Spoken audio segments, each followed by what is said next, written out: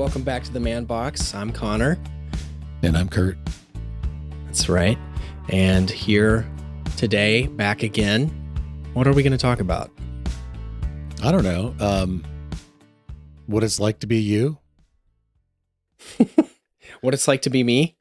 Yeah. I mean, you're, I think you said, didn't you say you were a man boy? Right? Yeah. Man boy. So I know we're not trying to get overly categorical, but like, does that mean you're not a full man or? I don't think so. I mean, have you seen this stuff circulating on social media? It's like men at 30, and then it shows like Jason Alexander on the left, and then it shows like Timothy Chalamet at 30 on the right.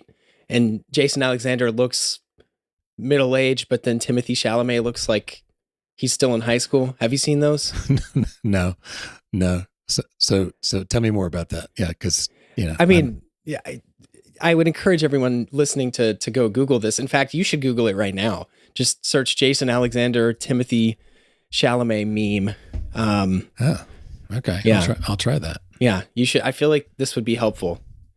Yeah, I feel like you're going to understand what I mean by man boy when you see this. Okay. No, I need to get with the times. There it is. Yep, it's one of those. So like this one, maybe. Oh, here we go. Okay. Is that it? Yes. That's it. Oh. Okay. So, all right. Well, educate me. So what's that mean? I don't know. I mean, was this the leaded gasoline and paint chips in action? I mean, I certainly watched my fair share of Seinfeld.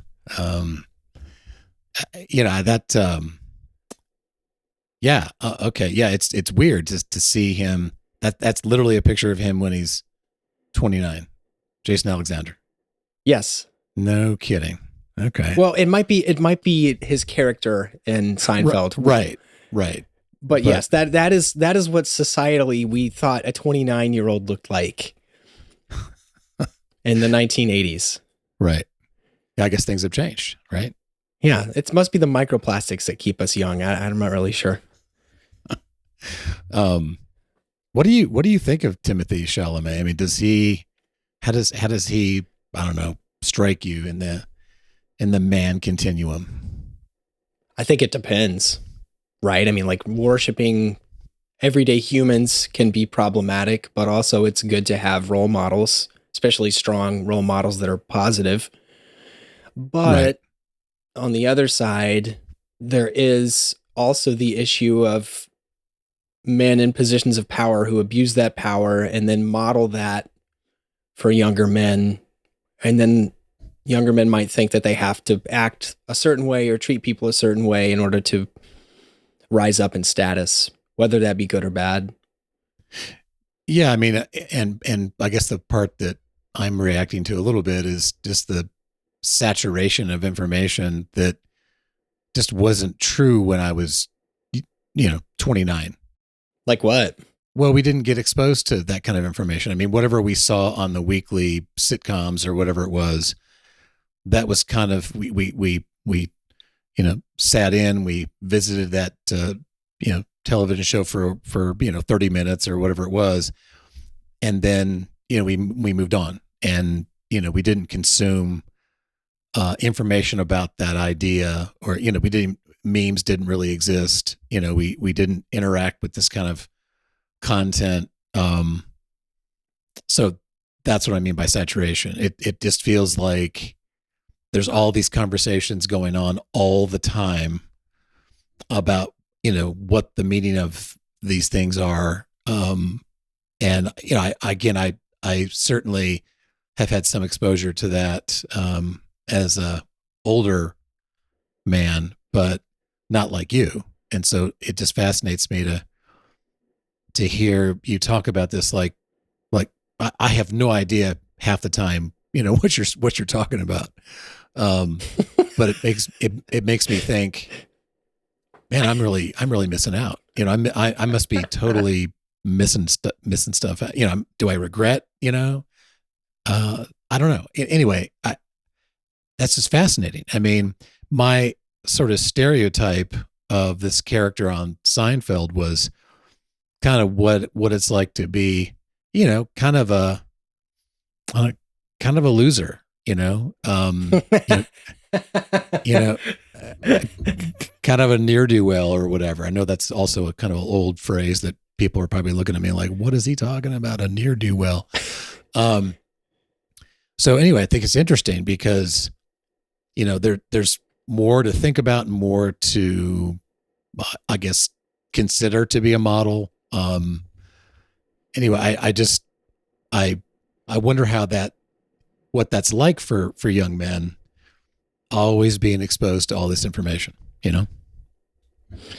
I was just thinking about this the other day. I feel like with our generation, so Gen Z, millennial, maybe even some older Gen Alphas, I'm not really sure.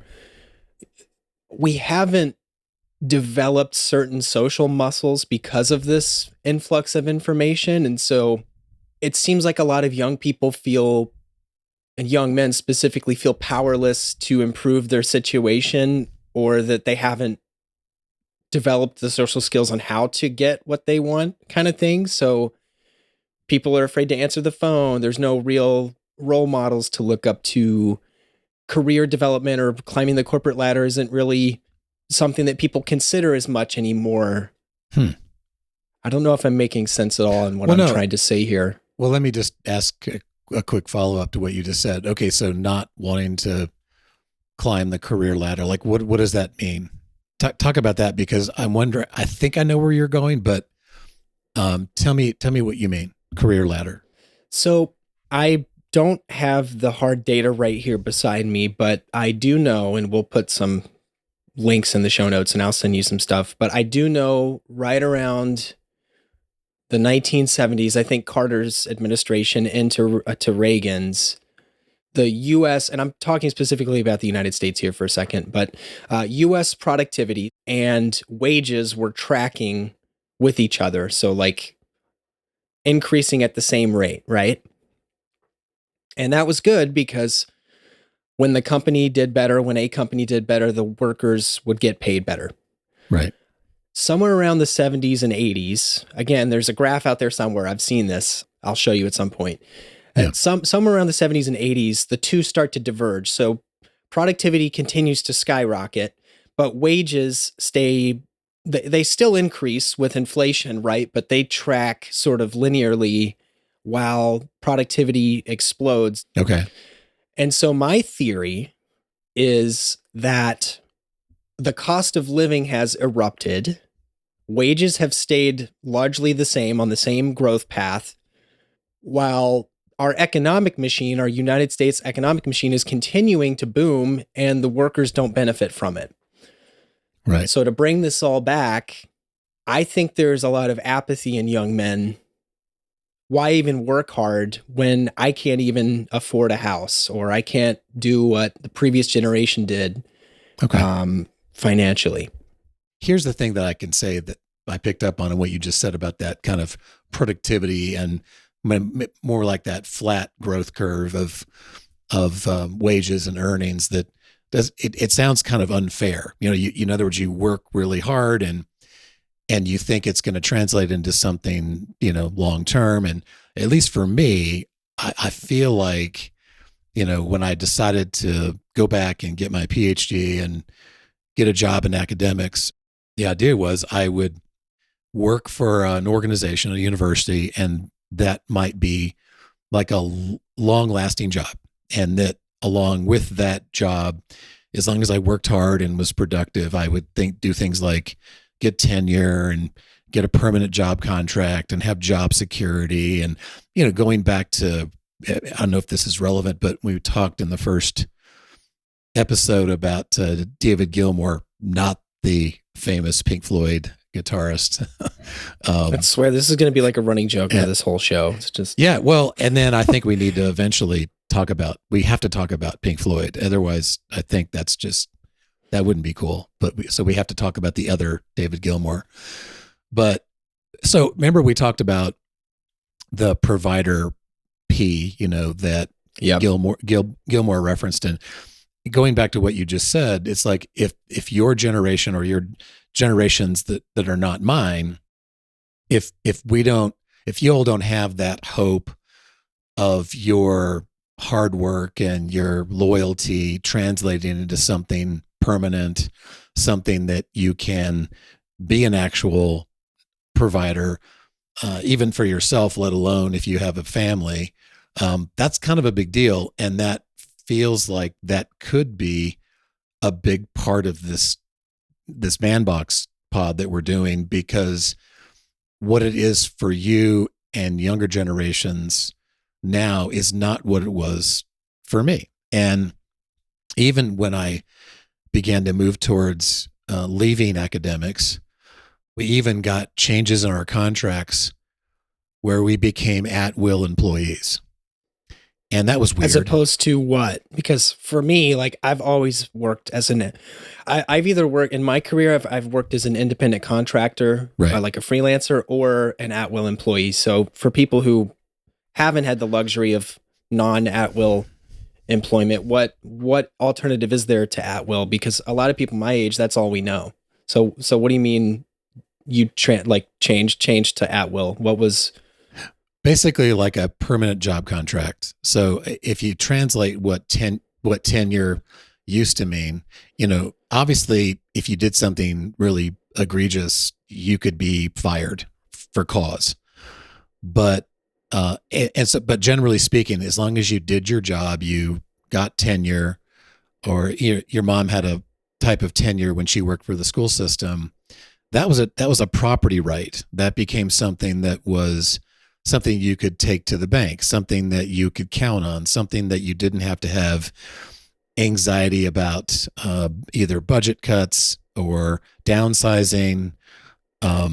Wait, sorry, so you're saying that if a company or an institution goes through like budget cuts, you're safe if you have tenure? You wouldn't be the first to go anyway. You ever heard last hired, first fired? I've heard that somewhere, probably from you. What does that mean? Basically, that is, if you've got longevity, if you've got tenure, that there's a certain layer of protection, even during difficult economic times, that you would have at least a layer of protection, right? And wow.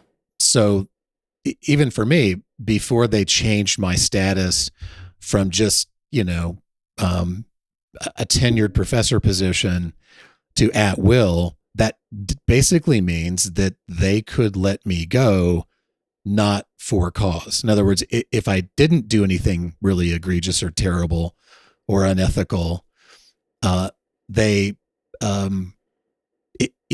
could still get rid of me if they wanted to. Like, and that feels pretty tenuous these days anyway, that most university systems are doing away with their traditional tenure system.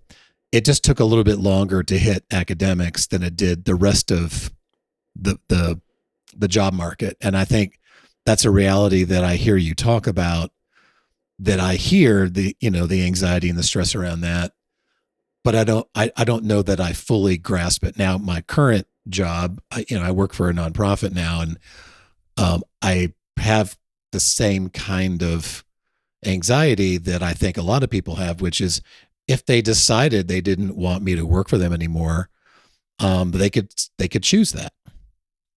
They could restructure, they could downsize, they could riff, and I wouldn't necessarily have any particular recourse, right? So I guess going back to your original point, the assumption that your reward is performance based is just simply not true. Yeah. I mean, you can basically work yourself into a stable, predictable source of support and resources that help you be a provider. And if we had another one of those P's, that would also speak to your ability to protect, to provide, safe environment for your loved ones and your family. And that just feels like that's increasingly threatened, and again, for a lot more of your generation and younger than it has ever been, right? Yeah, no, you're totally right. And I think the problem, like another problem with this whole situation that we're in is, I recently was looking for some new employment opportunities, and you've probably heard of like, well, get out there and like bring your resume to a bunch of businesses in person, right? Like get yourself out there and like talk to the owner and see Right. if you can't nab a job. I probably went to 20 to 30 businesses on a single day recently just to see what was out there. And the majority of responses I got from a lot of these businesses was, oh, you can check our website and apply online. Yeah. So when you're applying to jobs, you can't use that human to human connection that would have worked, even as recently as like 10 years ago, 20 years ago. And that's a real challenge because there's a lot of great candidates that probably apply to jobs that do not even get an interview Right. because they're not getting seen. They're just another line on the table of the applicant tracking system. Well, and that immediately makes me think of the word like merit. So merit probably doesn't factor in, given those numbers. It's kind of a positive feedback loop, right? You might get 500 to 600 applicants. So applicants have figured out, oh, well, the way to game the system is to use keywords. And maybe I'm not skilled at this thing, but I know the keywords that they're looking for. So they use a chat bot or an AI to write their resume and basically just regurgitate everything in the job listing, which might not even be truthful. So then what ends up happening is the applicant who is a perfect match on paper might not actually be qualified for the job, and they've now wasted the recruiter's time or the hiring manager's time by interviewing, and then the candidate who actually has experience in this field never even got to talk to this person Right. about the job. Mm-hmm. And like we've incentivized like making the application process crappy, and then you don't get interviews, and then it's like, well, what's the point? And it's kind of like you develop this apathy, and then I mean, I don't know how other people feel, but it makes me angry. And then I'm just like, I don't really care. And by the time you get a job, it's like, okay, well, when am I going to get laid off? Or, how long am I going to be employed here? When are they going Right. to do a round of budget cuts that affects my team? Yeah. So, for me, I think this is a huge problem for our social compact or social contract. I don't remember what the exact phrase is, but for you, it sounds like if you put in hard, honest work, you're rewarded for that, and people will, your superiors or your organization will take care of you if you give. You get what you give, right? Whatever Right. you put into something, you get out of it. But these days, at least from my perspective and people I've talked to, the bare minimum is to give out everything that you can and you get nothing in return. I mean, you get the paycheck, obviously.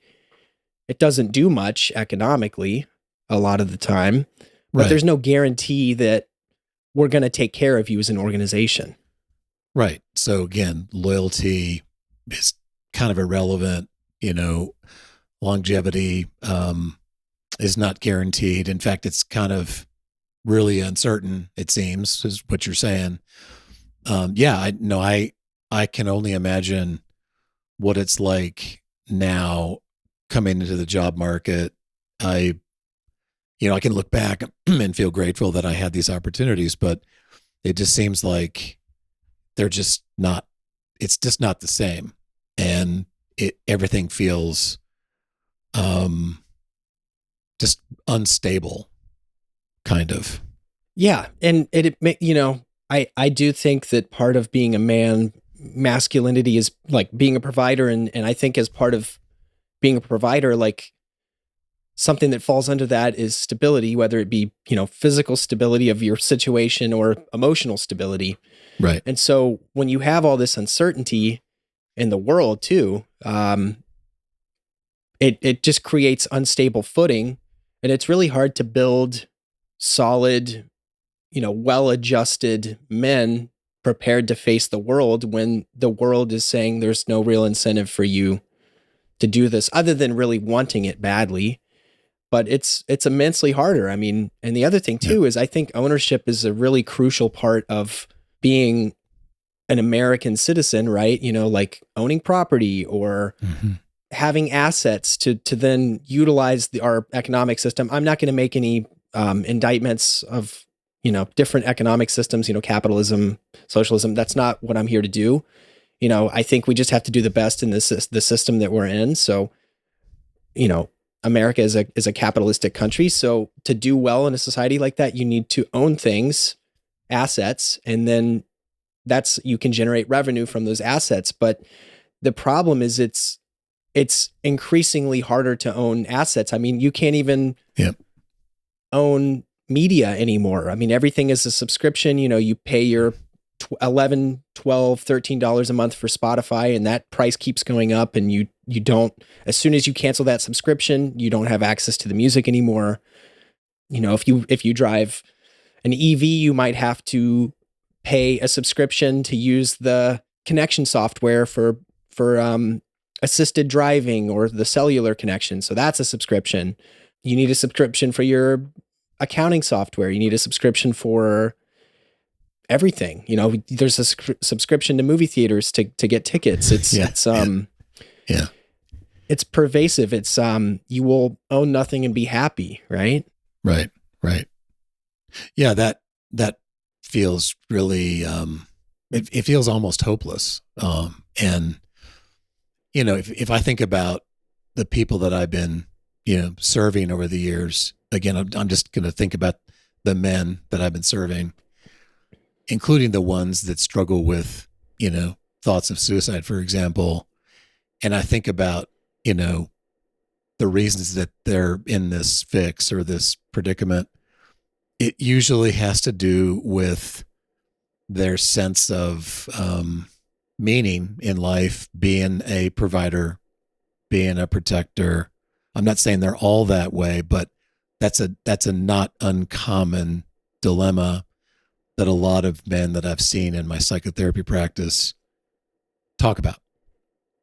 That their worth, their identities, their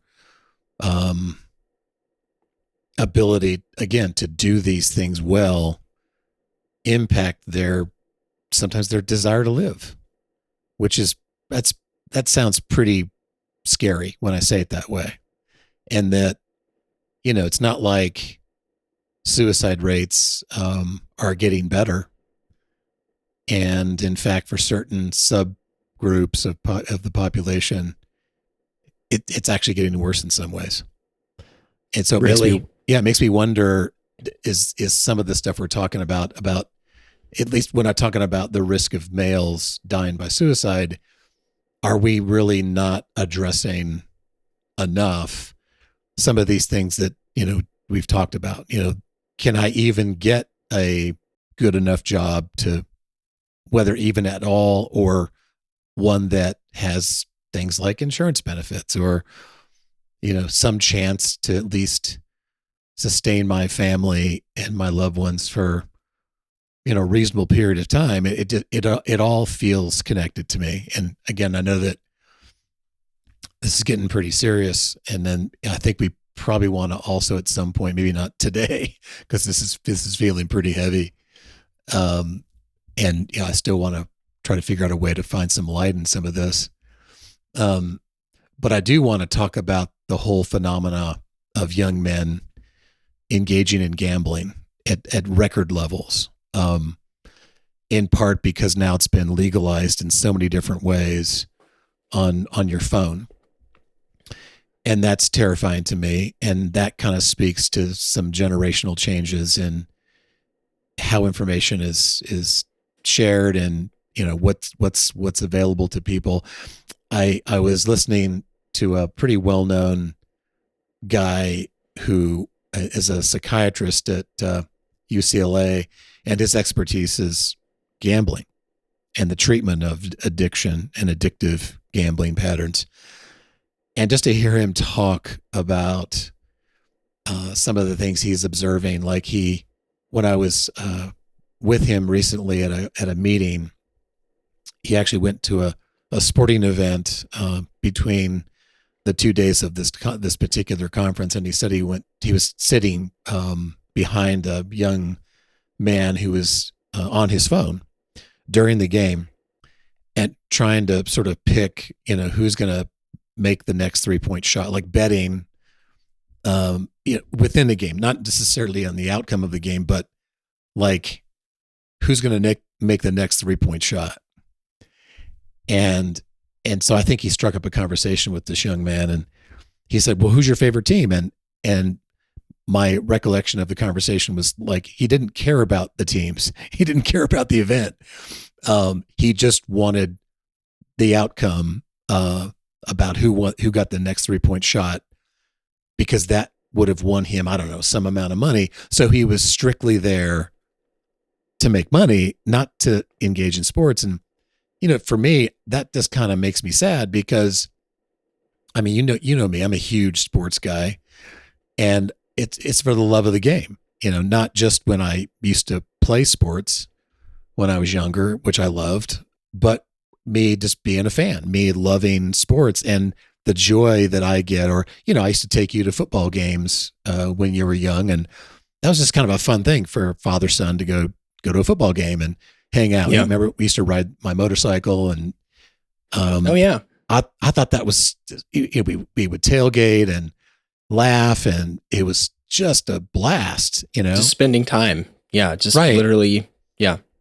And I just think that back to this guy's work, his observation, and again, his expertise is gambling. So I was just really kind of blown away by all these things that I wasn't really that aware of, that you would be so obsessed with, making money. But then when I think about it and all the other things that you've said today, if we've kind of twisted or perverted what we value because it's scarce, or that because these things are no longer true, that is, that your behavior, your performance doesn't actually translate to something sustainable, which sounds awful.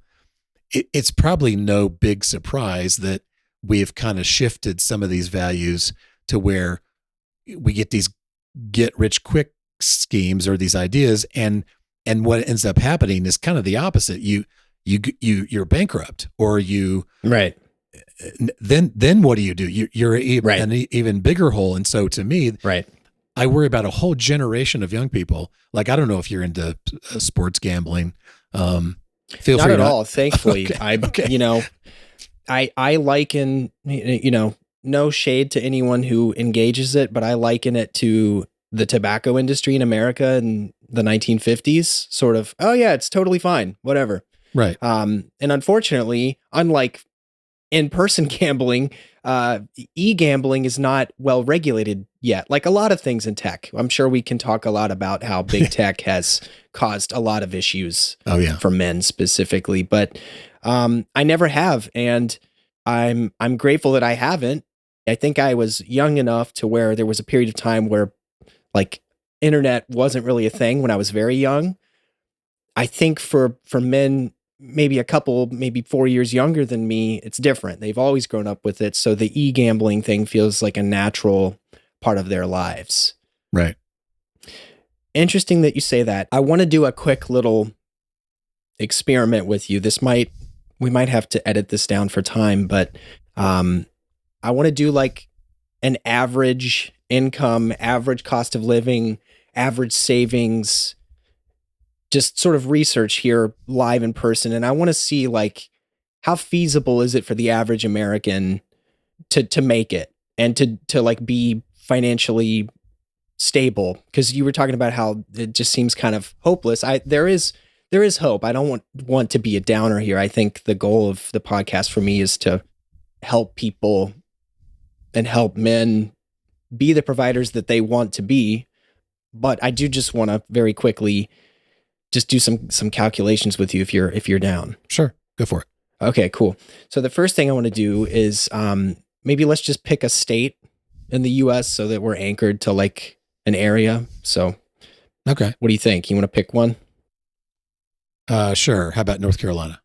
Okay. So these data are from 23-24. So the median household income in North Carolina was approximately $67,220 to $70,804. Let's just assume that the young person these days wants to be a home buyer. So what's the median home price in North Carolina? Okay, looks like as of early 26, which is pretty close, approximately 345,000 to 387,000. I'm going to use the lower range, 345,000. You said. Mm-hmm. You're going to do like a debt to income ratio thing, or what do you think it is? So with budgeting, the conventional wisdom is you shouldn't spend more than 30% of your pay on housing. Right. Right. So I'm just trying to see, like, with the current state of the economy, is this even doable with that, like a household income, Sure. Maybe find a mortgage calculator and see what your monthly pay would be on a $345,000 home. Looks like around between 1,800 to about 2,300 per month for a home that costs 345. Okay. And it could be with insurance and taxes. That's probably going to bump that up to, let's just say, 2,600. What would your take home pay be after taxes are deducted? An annual salary of 70,000 converts to about 40. Let's just say 4,300 in take home, give or take. Okay, so I'm just doing some very quick napkin math for everyone listening and watching. So the gross pay of 70,000 a year divided by 12, that would be about 5,900 a month. But here's the kicker, right? So even that gross take home every month is 5,900, and if your mortgage payment plus taxes and insurance and everything is 2,600 a month, you're already at 44%. Right. That's 44% of your paycheck. These are just Right. the median statistics. Right. So with the net pay take home of 4,300, that's 60% going to your housing. And then you have maybe just 40% left to live on, which is kind of crazy. Right. And not sustainable. So let's think about this. Let's say it's an average family of 4 in America. You subtract the 2,600, you've got 1,700 left over for food, gas, electric, discretionary spending, car, 1,700 a month for a family of 4. Right. Is that doable? No. I mean, I can certainly remember when we were first together and married, and, we went without, but I don't think the kind of explosion of home prices were what they are now. I mean, well, and you guys were early in your lives, in your careers. These are median figures. Right. Right. So this isn't even like numbers of early. It's even harder, I would argue now. Like that you might not be making 70,000 as a 2-earner household in North Carolina. So right. Not to say that it wasn't hard for you guys too. It was definitely hard. I just think objectively and measurably now it's harder.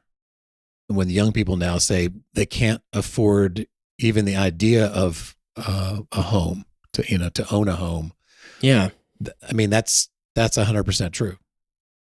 Well, and one other thing I forgot in our calculations here. So you've got 1,700 left over for all your food, like other expenses not related to housing. I haven't even factored in savings or retirement. Right. Right. Not only is it hard to live, but you can't save for the retirement. Well, no, and in you're just one major event away from being essentially bankrupt.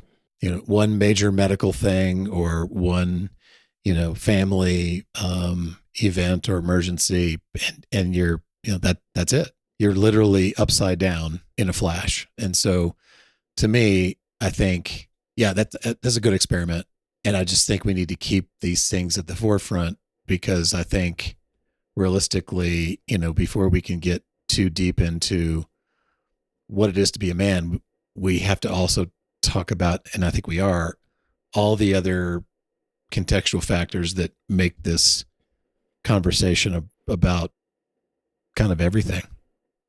Yeah. about your actual existence. Right. Holy crap. So much for having fun and taking some of these things lightly. I guess we No, didn't no, I guess we didn't do that today. no, not today. But No. here's the thing: like, there is hope in this stuff, right? I mean, it's very easy to sit here and go, think, oh well, what's the point? But I think one of the greatest things about living in a country like the United States is we do have systems of checks and balances, and the point is to improve the American experience. Good policy, good laws, good reform. That is the point of this country, and so I think it's really important for everyone to be optimistic and for us to be optimistic too. Like, I'm not saying that you and I can do much individually, but all the biggest movements in American history that benefited the working class or, groups that were struggling have come out of grassroots movements. Right, I've been thinking a lot about the labor movement and the labor uprising in West Virginia in the 1910s, 1920s, the coal workers. A lot of the modern labor union protections that we have are because of that collective action. And so I really can't stress enough the importance of community and collective action and getting in touch with your lawmakers, going to city council meetings, town council meetings, writing your congressperson. All of this stuff is interrelated to this, and that's how we can improve this situation and reverse the course and get things on the right track. So I have to choose to view it that way, because otherwise, what are we talking about?